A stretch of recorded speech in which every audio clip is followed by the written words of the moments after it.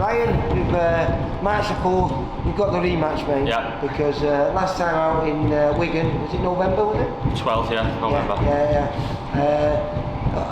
A little bit of an upset, mate, because even though it was a step up for you, because the guy had 30 wins on his record, I think 22 KOs on there, he's close to 70 fights,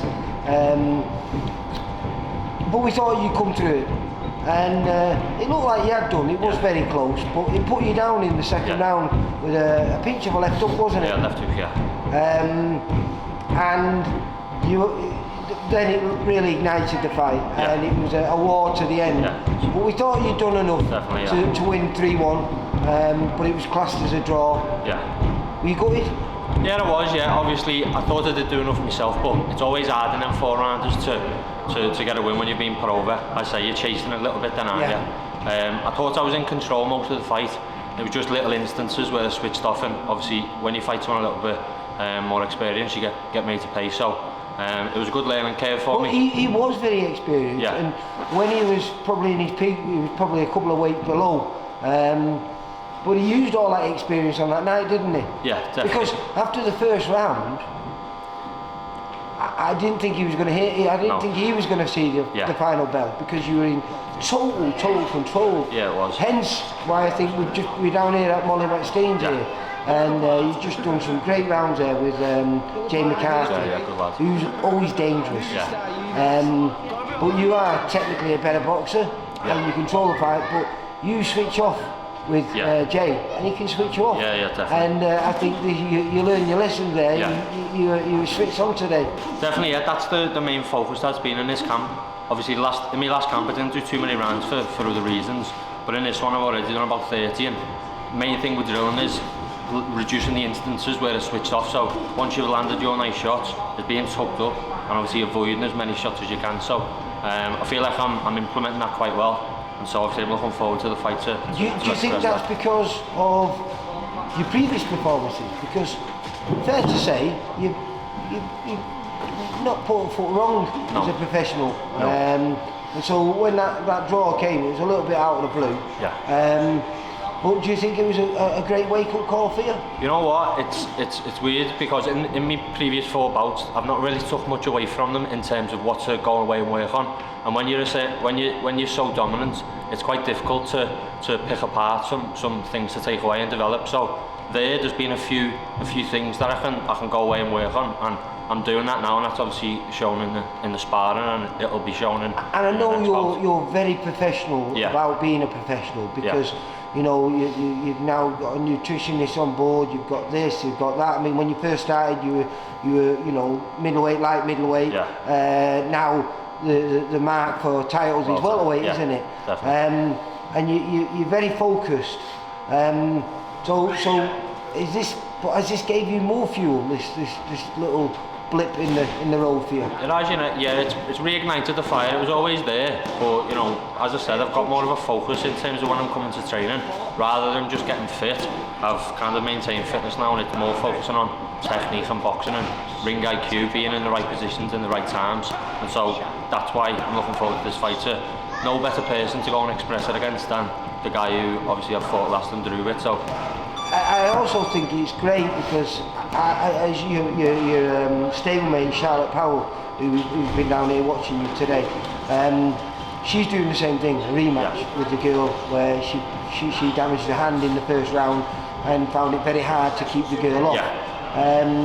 So I love rematches, and these are very important rematches, because for both of you to progress to the levels where we believe you can go to, they must wins, aren't they? Is that I know every fight is a must win, but when you get those usual journeymen, you sort of must have in the back of your mind that I'm going to win this fight. You now must have a little bit of doubt that that if you don't, then suddenly your career could be. I think I know what you mean. I don't doubt anything. As I said, I've got really strong mentality, and I say I'm fully confident that I'll get the win this time. And I said I think I did last time, but that's gone. I think I understand the threat of what he brings, so that'll kind of promote or the lead to me being a little bit more switched on as well. I understand. And also, we forget to mention, the first 6 rounder, isn't it? Yeah, definitely. To be honest, I think you'll see there, the sooner the rounds go, the better for me. Like, I am an athlete, and so the sooner I'm at the 8, 10 and 12 rounds, the better, because got more time. And if something like that does happen when you get put over, you've got ample time to get it back, whereas you seem to be chasing it in them shorter rounds. And it's a bit of a shootout, I think, so the sooner... Especially when you, like say, when you lose 2 rounds in one. Yeah, exactly, yeah. And I think sometimes it's hard for referees to give you the decision as well, because all people see is someone being put over. It doesn't make sense for them to win, even though they do win the other round. So, yeah, looking forward to it, to be fair. Yeah, I'm looking forward to it. I keep forgetting when I come down here and I speak to your stablemates, all your other kids that are training with you. You're the kid that they all look up to in the sense of floor exercises, running. I mean, if they go for a run, you're the guy who's leading the way and usually out of sight before they finish. I'd say it's kind of my kind of personality, is just to leave everything in the gym and make sure that you give everything your best. It's a short career, you don't know how long it's going to last, so make sure every session is 100%. Still fairly young, what are you, 26? Yeah, I'm 26 to be fair. I've got ages of time, but you never know. Careers do end for whatever reason. So. But if you can put this to bed on March the 4th at Olympia, then I presume by the end of the year you'd be looking to maybe even step up to 8 rounds, would you? Absolutely, yeah. As I said, the sooner the rounds go, the better. So, as I said, I spoke to Steve a little bit, and we've got a bit of a plan for first half of the year. Have a little bit of time off, and then I'll get boxing at the end of the year. Yeah. Getting married, you see, so getting nice married in September. She asked me to get it in there, so September the 16th. Yeah. So there'll be no fights just before that. So boxing no black eyes. Boxing in July. That'll be my last one. There's a bit of time off with these shows, anyway. And then maybe out on the Jolly Boys or November. Oh, can't be on them, no. No, that's it. No more of them, no. But listen, I'm really looking forward to it. Hopefully we're going to have a great top of the bill. We're thinking we've got a good fight for Brandon Dior. Yeah. Like I say, we've got the 2 rematches with you and your stablemate, Charlotte Powell, and another packed card.